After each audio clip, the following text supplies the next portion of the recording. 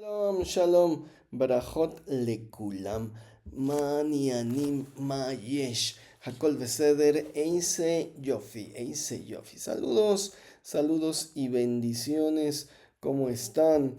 El Señor esté bendiciéndolos en Venezuela, en Perú, en Chile, en Colombia, en Argentina, en El Salvador, en Guatemala, en el Ecuador, en Nicaragua, en Honduras, en Costa Rica y en Cuba. La bendición de Dios los persiga y los alcance, porque el Señor tiene pensamientos de bien, de bendición, de prosperidad para todos ustedes. Al músculo mexicano, muchas gracias por todo el apoyo a este canal. El Señor siga concediendo los anhelos más profundos de sus corazones y a nuestra comunidad en la Unión Americana. God bless America. God bless America. Saludos en Wisconsin, en California, en Texas, en Florida y por supuesto a nuestro público en España. El Señor os bendiga. El Señor os bendiga. La bendición de Dios os alcance y os persiga en Europa. Gloria a Dios, gloria a Dios.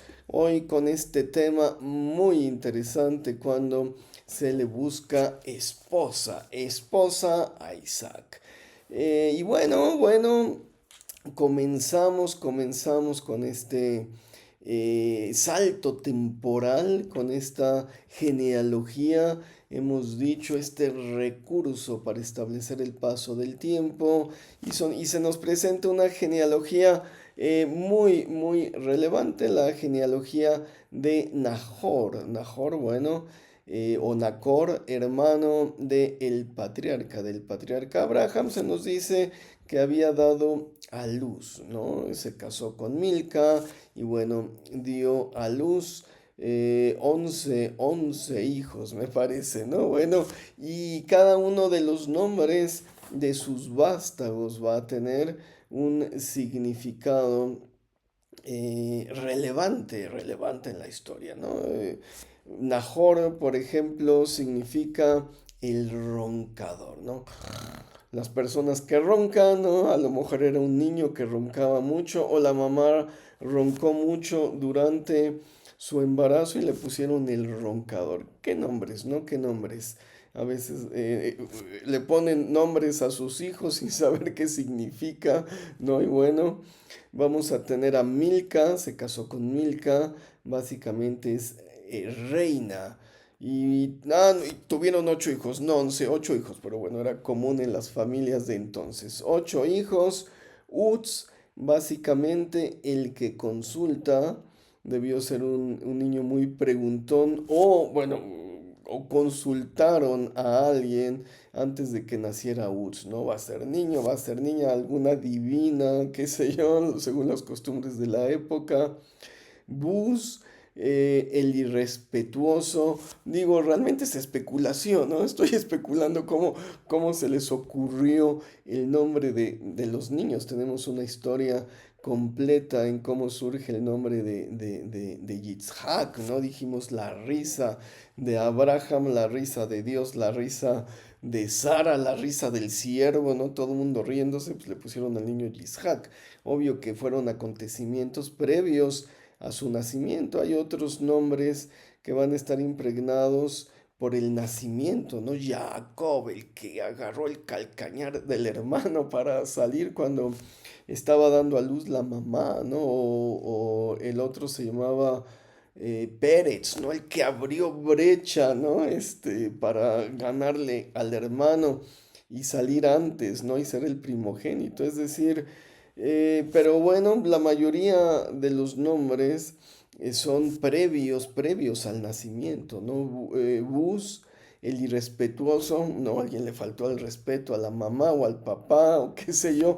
Algo sucedió durante el nacimiento. Hay diferentes costumbres para nombrar a las personas. En México existió una tradición, se llamaba el tonal. El tonal era un animal eh, totémico o semitotémico con el cual estaba vinculado el infante. Entonces, para conocer el tonal, necesitaba haber como una conexión entre el nacimiento del niño y algún animal. Y entonces, bueno, había gente que ponía cal, que ponía ceniza a la entrada de la casa para ver las patitas de algún animal que fuera en la noche, ¿no? A visitar por ahí. Entonces, bueno, si veían patitas, no sé, de ganso, pues la tona, el tonal era un ganso. Si había patitas, no sé, de lagartija, el tonal, la tona era una lagartija.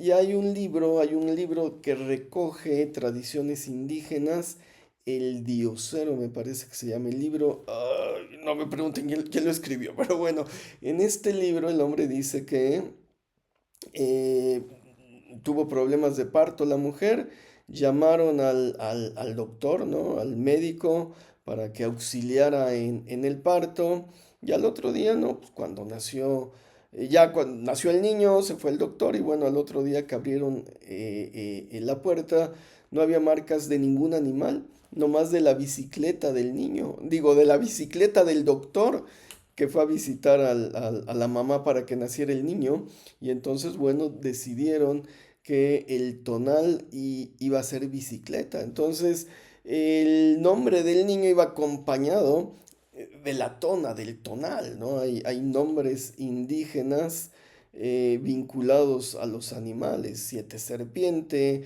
cinco águila, seis ocelote, ¿no? Se cree que ni siquiera era el nombre real de la persona, sino la tona, el tonal vinculado. Y entonces al niño le pusieron Juan Bicicleta, ¿no? Juan Bicicleta, es decir, ¿no? En una como, digo, el diosero, el escritor dice es real la historia, ¿no? Pero bueno, son cosas curiosas. Y aquí en la Biblia tenemos estos nombres curiosos también. Bus, el irrespetuoso. Vamos a tener nombres divinos. Kemuel, levantado por él, ¿no? Kemuel, padre de Aram, ¿no? Aram significa tierra levantada, tierra elevada. Es una mención de Siria, bueno, de la Siria bíblica, de la Siria moderna. Kesed, básicamente, que significa caldeo, significa los caldeos los que rompen los terrones. Una mención de Mesopotamia, de los babilonios, ¿no? Jaso, visionario, es otro de los hijos.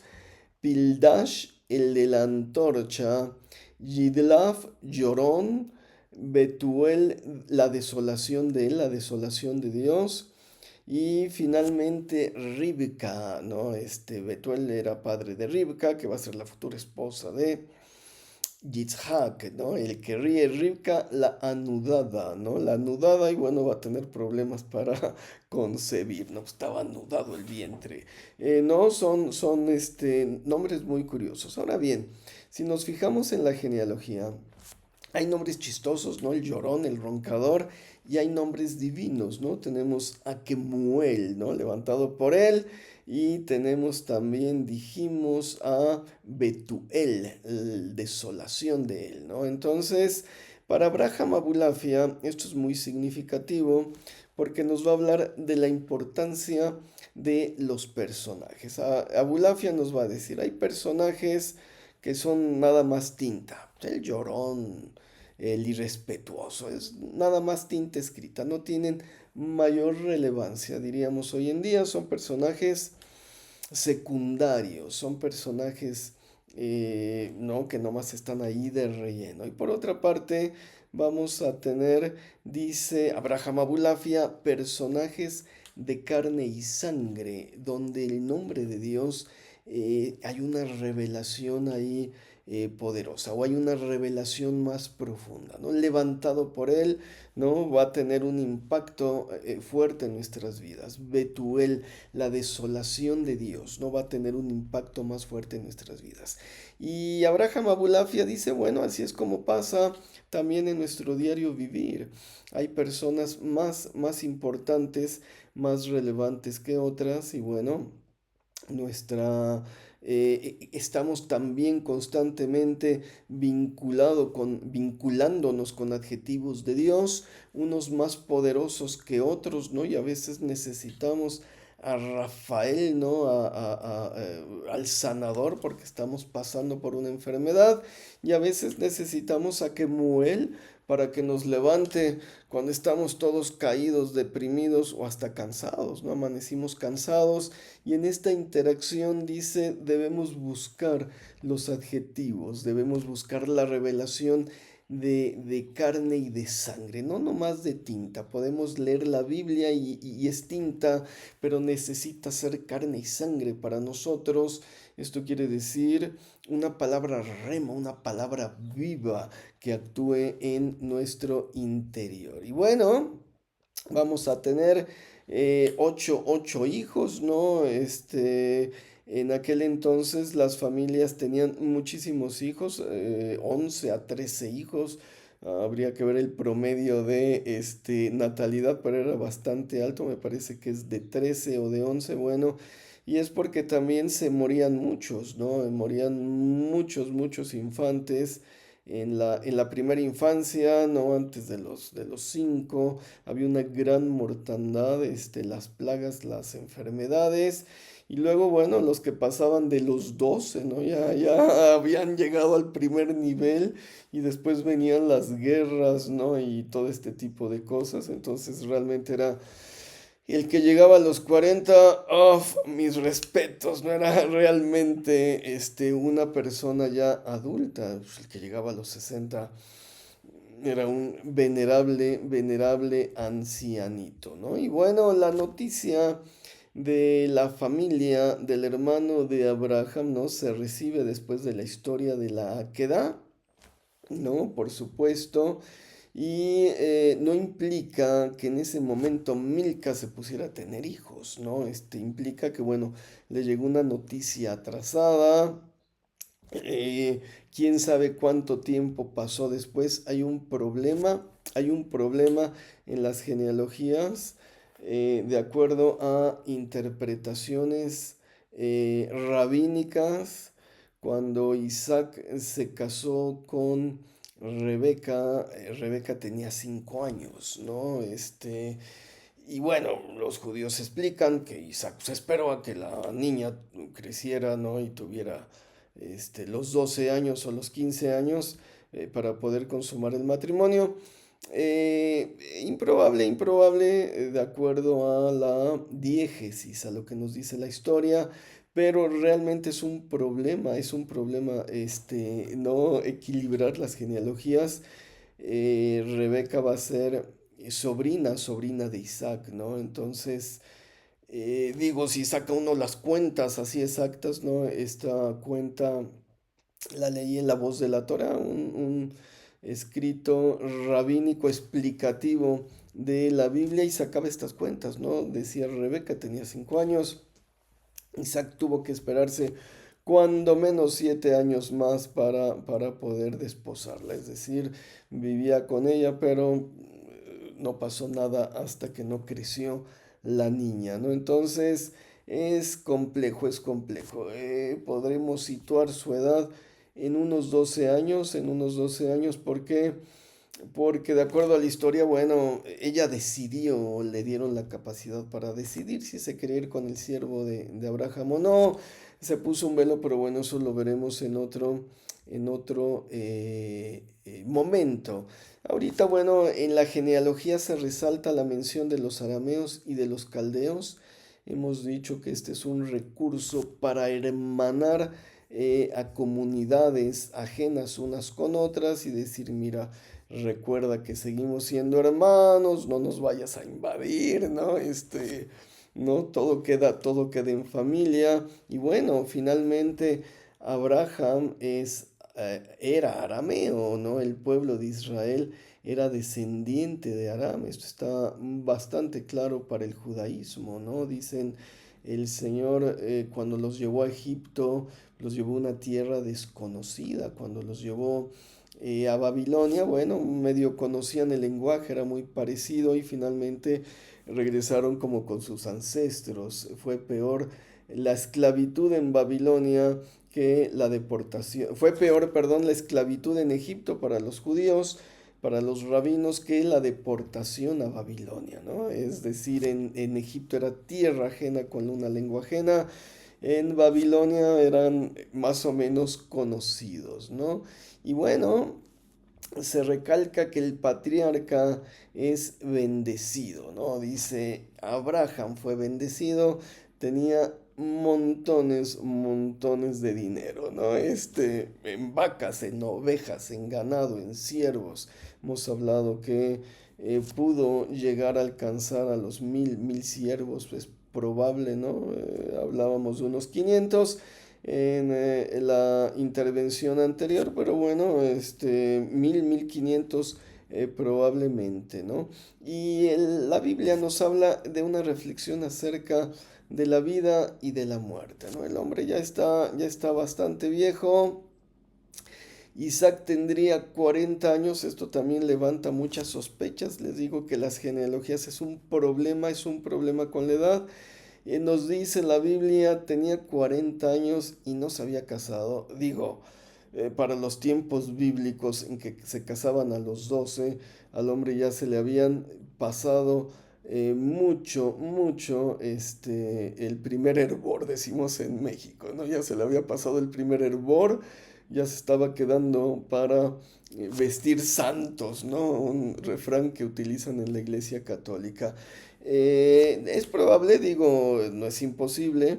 Yo tenía este primo o tío, bueno, se casó a los 50 años. Se casó a los 50 años y tuvo como tres hijos, ¿no? Entonces, a veces de forma natural, por alguna situación, es posible que se nos pase el tiempo biológico, ¿no? No el tiempo sociológico para contraer matrimonio. Entonces, bueno, entra dentro de los parámetros, algo pasó, ¿no? Se descuidaron los papás, no encontraron mujer idónea, ¿no? Entonces, bueno, algo sucedió. Y el patriarca, bueno, Abraham llamó a su siervo más confiable, ¿no? Era un Ebed, hemos dicho, era, pues, era un esclavo, pero no esclavo en el sentido de la esclavitud moderna, sino más bien un esclavo hebreo con derechos, ¿no? Y un montón de obligaciones, pero también como trabajador, el término no juega con estas palabras. Y este esclavo era Moshel. Moshel era señoreador, ¿no? Casi gobernador sobre toda la casa de Abraham, diríamos el mayordomo, el mayoral, ¿no? El que estaba por encima de todos. Y le dice el patriarca, este, vamos a hacer un pacto, ¿no? Vamos a hacer un pacto muy importante y tienes que jurarlo por mi yarej, ¿no? La traducción ponen por el muslo, pero la mayoría de los teólogos y de los exégetas piensan que se trataba de los genitales masculinos y específicamente de los testículos. Entonces el juramento se hacía tomando los testículos cruzados del otro, es decir, se juraba por la descendencia, ¿no? Casi como si dijéramos, júramelo y si no que se mueran tus hijos, ¿no? Júramelo por tus hijos que vas a cumplir tu pacto, ¿no? ¿Quién haría un pacto así? No, no, paso, no, no, decíamos, cuando era niño se decía mucho, júramelo por tu abuelita, que se muera tu perro, ¿no? Que se muera tu abuelita, ¿no? Pues era así el tipo de juramento y totalmente pesado, ¿no? Era un juramento por la descendencia, que se mueran tus hijos si no cumples este pacto. Y el siervo dijo, ay, pues ¿de qué se trata, no? ¿De qué se trata este pacto, no? ¿Por qué es tan importante? Y esto es muy interesante, un juramento serio y un encargo que requería la total dedicación y tacto, ¿no? Es así como cuando le encargas a alguien algo necesitas ser muy cuidadoso, ¿no? No nada más vas por las tortillas, ¿no? Esto es algo que requiere mucho tacto y requiere mucha dedicación. El hombre, el siervo, tenía que regresar a Aram, tenía que ir a Aram, a Babilonia, y buscarle esposa específicamente de la descendencia, de la parentela de Abraham, ¿no? Dijo, tú me traes mujer de los hijos de mis parientes. Esto se llama endogamia, endogamia. La endogamia, bueno, se caracteriza porque se casan entre ellos, entre un mismo grupo. Puede ser endogamia cristiana, te casas con un cristiano, endogamia católico, nomás se casan entre católicos. O puede ser endogamia familiar, nomás te casas con alguien dentro de tu familia, ¿no? Esto lo acostumbró mucho la nobleza europea, ¿no? Guardaban la línea de sangre y por supuesto para el judaísmo increíblemente importante, ¿no? Una piedra fundamental, la endogamia familiar. Pero bueno, no se trata de cualquier endogamia, ¿no? Después, bueno, vamos a analizar este tipo de relaciones matrimoniales interpersonales. Y no solamente era un sistema endogámico, sino también patrilocal.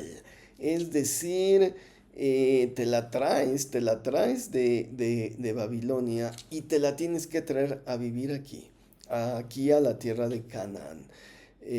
No nada más que la encuentres bonita y digas, ay, me voy a regresar a Isaac a Aram. Esto es muy curioso. Bueno, me he preguntado muchas veces. Una, ¿qué tenían las mujeres arameas, no? Que no tuvieran las cananitas. Y por qué la tradición o la obsesión de que todo se quedara en familia, ¿no? Así me explico, de que se casara en la familia, de guardar, en España lo hubieran dicho en la Edad Media, la pureza de sangre, ¿no? Se tenían que casar católicos entre católicos por varias generaciones para demostrar que tenía sangre pura, ¿no? Les digo, puede ser en cuestiones religiosas o puede ser en cuestiones familiares. En este caso me pregunto qué tenían las arameas, ¿no? Que no tuvieran las cananitas. Era el color de la piel, era el color de los ojos. La Biblia nos describe que estas mujeres eran hermosas, ¿no? De hermoso semblante, de lindos ojos, ¿no? Eh, habría que hacer, ¿no? Un estudio, ¿no? De la fisonomía de las mujeres arameas, ¿no? Digo, con base a los tallados en piedra, bueno, los hombres eran de facciones eh, toscas, largas, ¿no? Las barbas babilonias, pero bueno, no tenemos color de piel, no tenemos color de ojos, no tenemos una fotografía que nos recree con más avidez cómo eran las arameas. Bueno, hay quien dice, no, pues es que por la idolatría de las cananitas. No, no, las arameas eran bien idólatras, ¿no? Se nos dice que el pariente, el Labán, ¿no? De la siguiente generación va a tener ídolos, ¿no? La hija se robó los terafines, ¿no? De su papá, los ídolos del papá, digo. eh, Tuvieron que enterrar los ídolos, ¿no? Antes de tener un encuentro con Dios. Es decir, no, no va por ahí, no va por ahí. Es algo más profundo que debía estar vinculado en el corazón de Abraham. Digo, podemos especular con respecto a costumbres modernas, ¿no? Matrimonios arreglados, ¿no? En la antigüedad el matrimonio arreglado era toda una bendición. te quitabas de problemas de estar buscando pareja y simplemente se arreglaba, ¿no? Y tan tan, a la fecha, bueno, hay países donde se siguen arreglando los matrimonios, los coreanos, hay coreanos muy tradicionalistas, donde los padres deciden si la chica es apta o no, y si no, le escogen una mujer al varón. Y bueno, hemos dicho otro término, patrilocal. Patrilocal es que gira alrededor del padre, ¿no? El padre, Abraham, ¿no? Y todo gira a su alrededor, ¿no? Los hijos deben girar a su alrededor. En México somos matrilocales. Por ejemplo, bueno, estaba la casa de mi abuelita, junto a la casa de mi mamá, atrás la casa de mi tío y a unas cuadras la casa del hermano. Todo giraba alrededor de mi abuelita, ¿no? La localidad era matrilocal. En el caso de los hebreos, bueno, es patrilocal, el patriarca, ¿no? Abraham, sus hijos debían estar cerca de él o traérselos a la localidad donde él vivía, en este caso Canaán. Esto lo podemos explicar con base en la promesa divina, ¿no? Dios le dio la promesa de que iba a heredar esa tierra y dijo, bueno, pues yo sigo fiel conforme a mi fe. Digo, Abraham, ¿no? Era un hombre realmente de fe, ¿no? Iba a sacrificar a su hijo unigénito, no, esperó a que Dios cumpliera su promesa de darle un hijo, ¿no? Finalmente hizo el pacto de la circuncisión, es decir, el hombre era increíblemente obediente, peregrinó en la tierra, aunque no la recibiera, ¿no? Dios le dijo, te la voy a dar, y ahí siguió, ¿no? Finalmente se compró su sepultura, dijo, quién sabe cuándo me la dé el Señor, voy a comprar la sepultura aquí para sepultar a mi muerta. No, entonces, bueno, era un hombre ejemplar en cuanto a la fe y pudo estar llamado a decir, mi hijo tiene que heredar esta tierra, porque esta es la promesa de Dios, ¿no? Una visión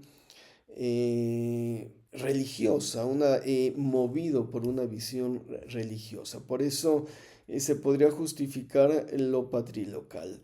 Pero la endogamia realmente es difícil saber por qué. ¿Por qué ir a buscar mujeres arameas, ¿no?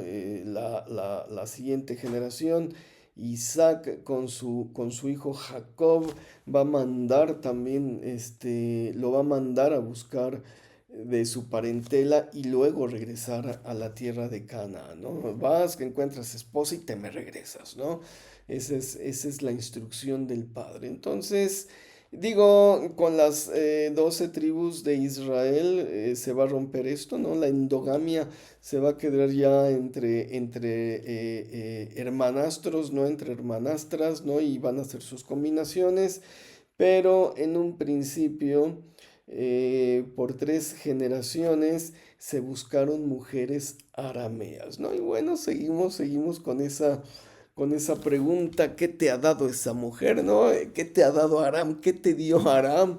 ¿O qué tendrían las arameas? Un nivel cultural más elevado, era una cultura superior, ¿no? Juzgó Abraham que mezclar la cultura cananea con la aramea iba a haber un detrimento, ¿no? ¿Qué es lo que los motivó a tomar estas decisiones? Bueno, son preguntas que seguiremos respondiendo todas en mi libro, La investidura de Israel, que está al alcance de todos ustedes. Con un solo clic lo envían directamente a tu hogar. El Señor les bendiga, el Señor les prospere, el Señor esté dando el anhelo más profundo de sus corazones. En el nombre de Yeshua HaMashiach. Amén, amén.